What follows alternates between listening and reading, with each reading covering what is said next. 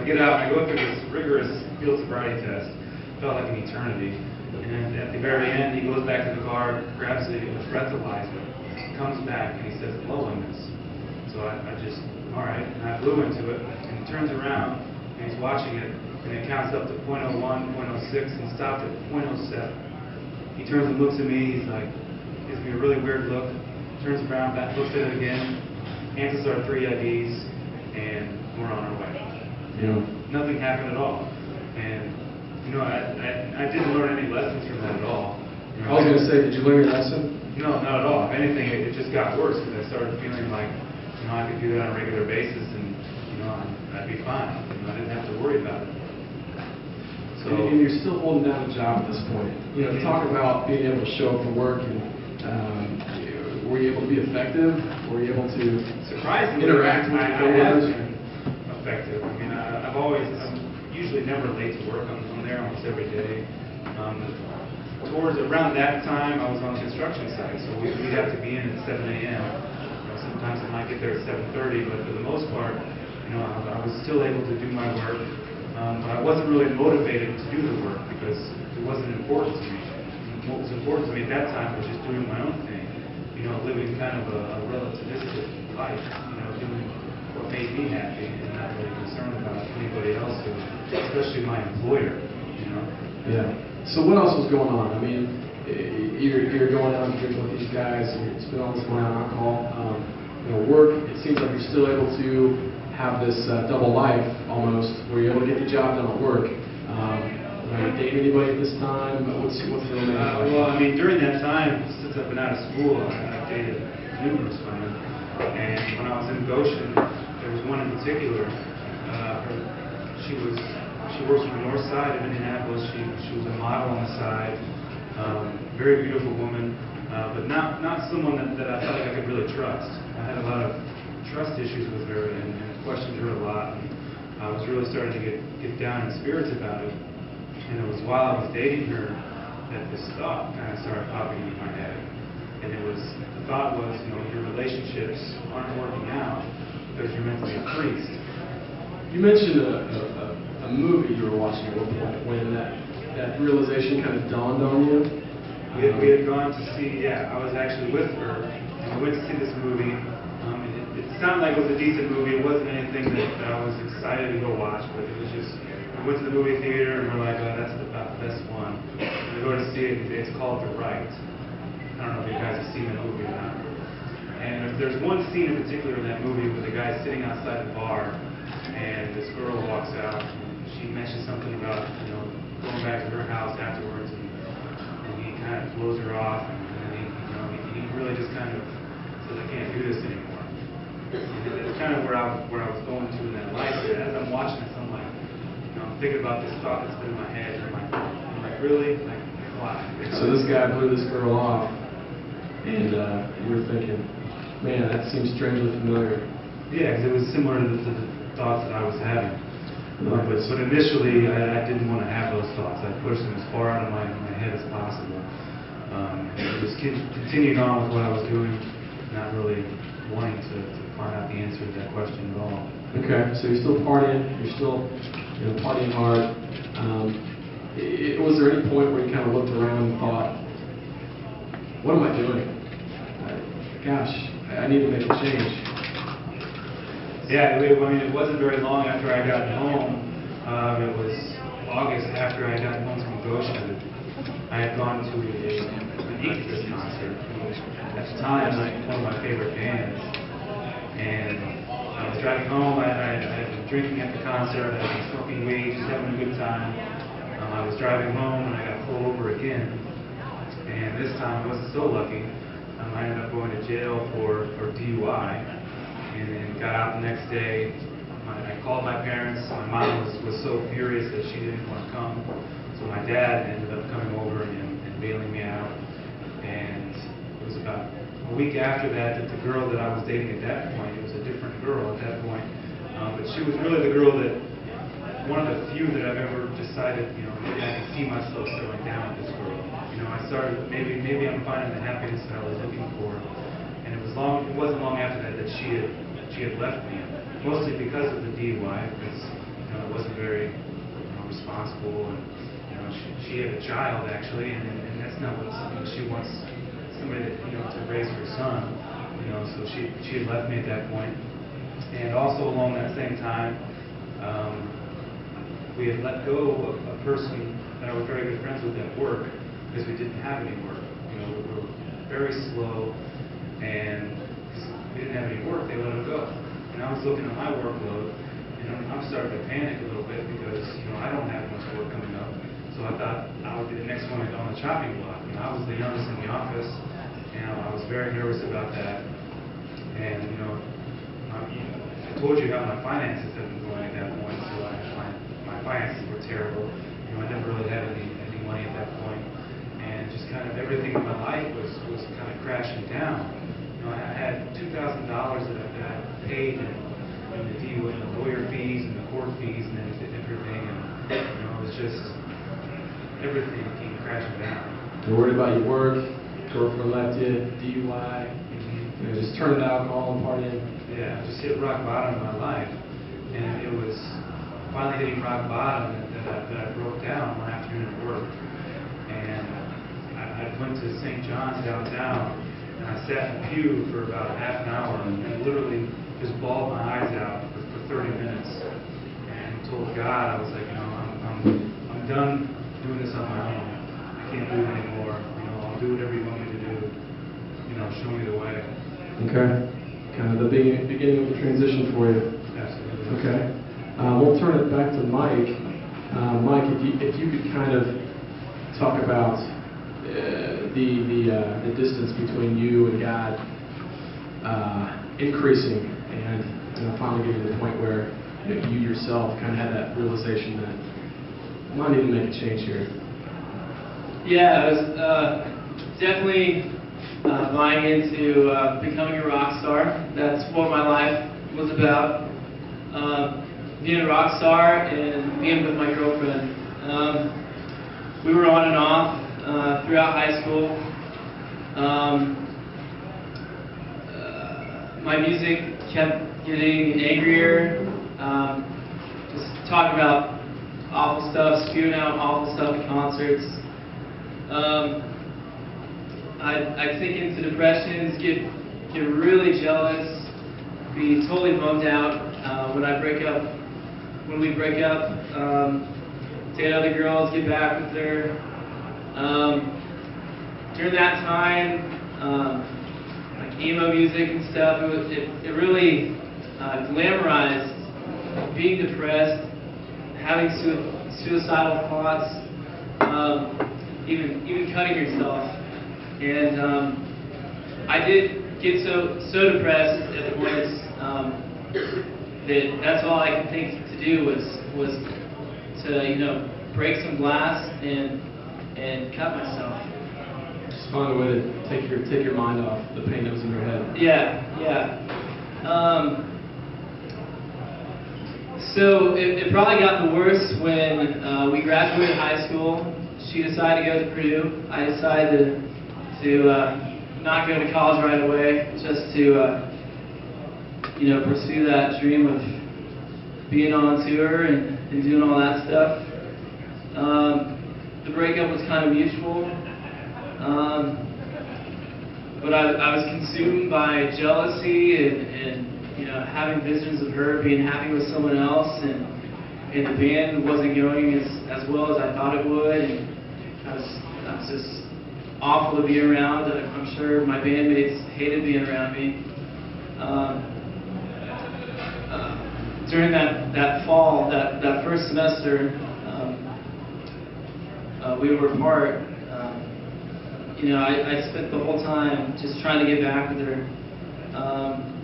One day, trying to get back with her with the argument of the love we had. The next day, trying to guilt her into being back with me, or scaring her that I'd hurt myself.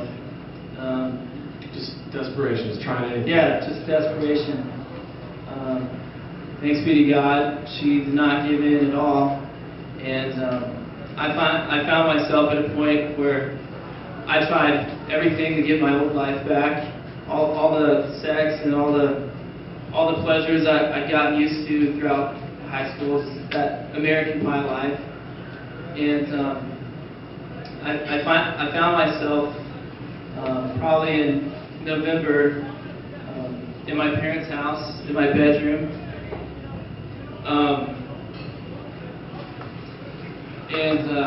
I felt something in me say, go to the other room and get a Bible. And I went to my parents' room, and I grabbed the Bible and was really hoping they didn't see me. Ran into my room, and I said, if there's a God, He's gonna speak to me.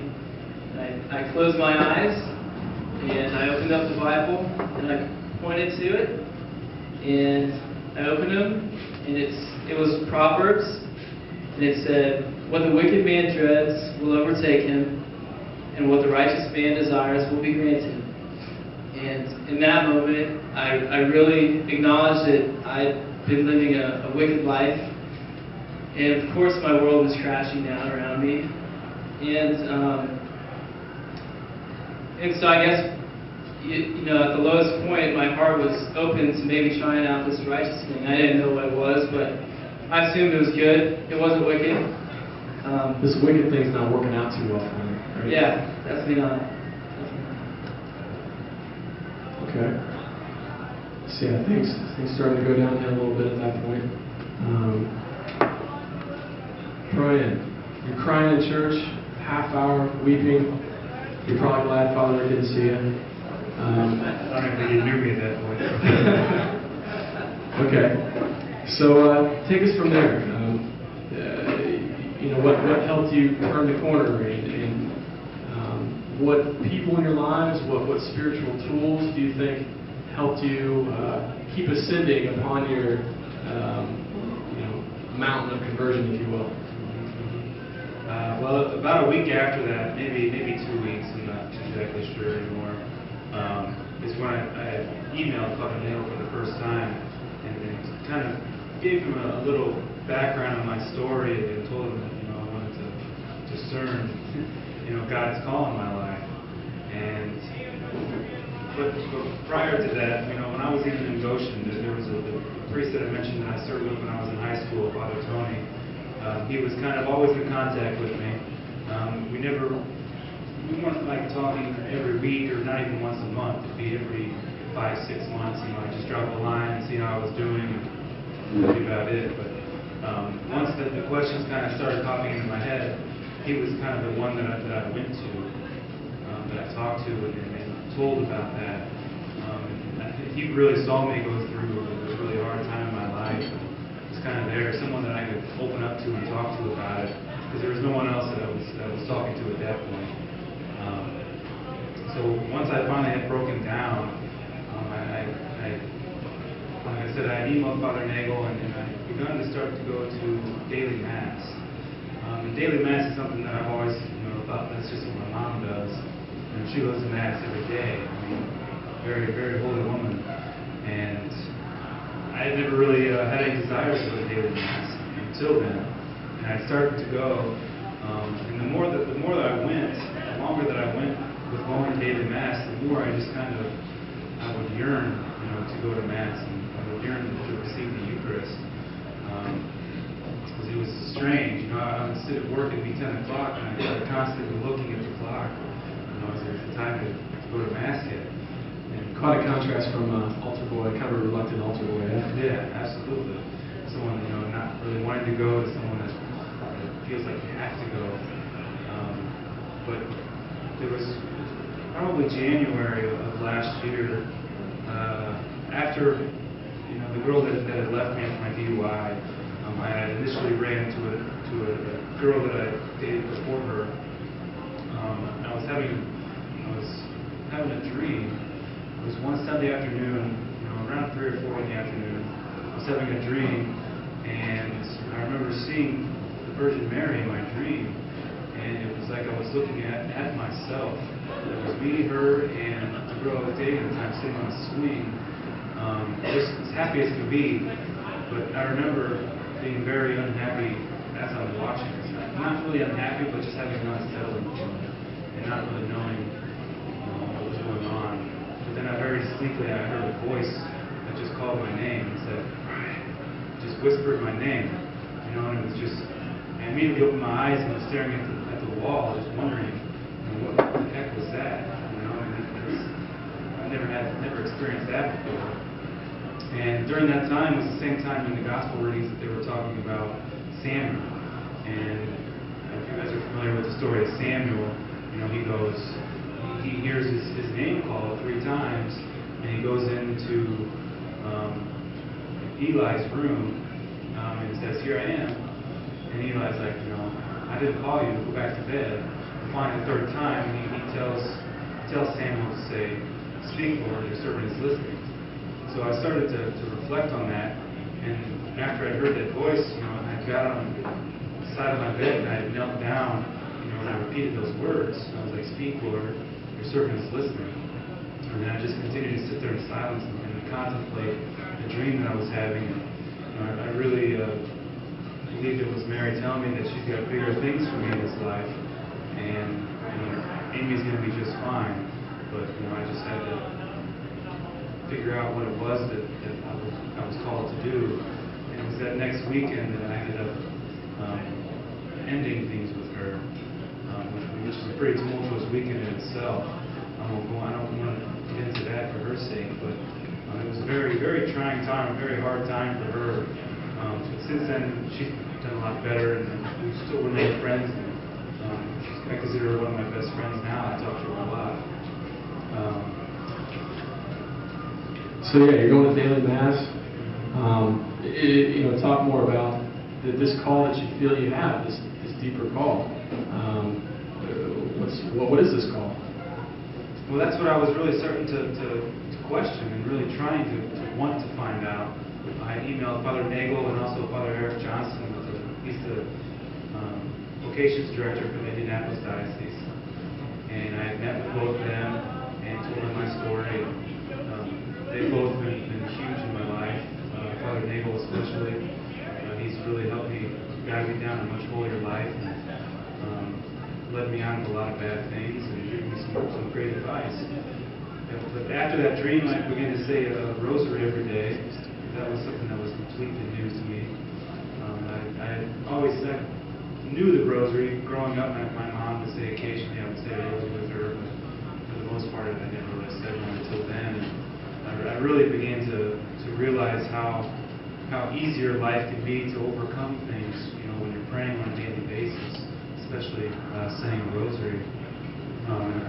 Father Nagel had given me a book called "To Save 1,000 Souls," and that book kind of really changed my life altogether.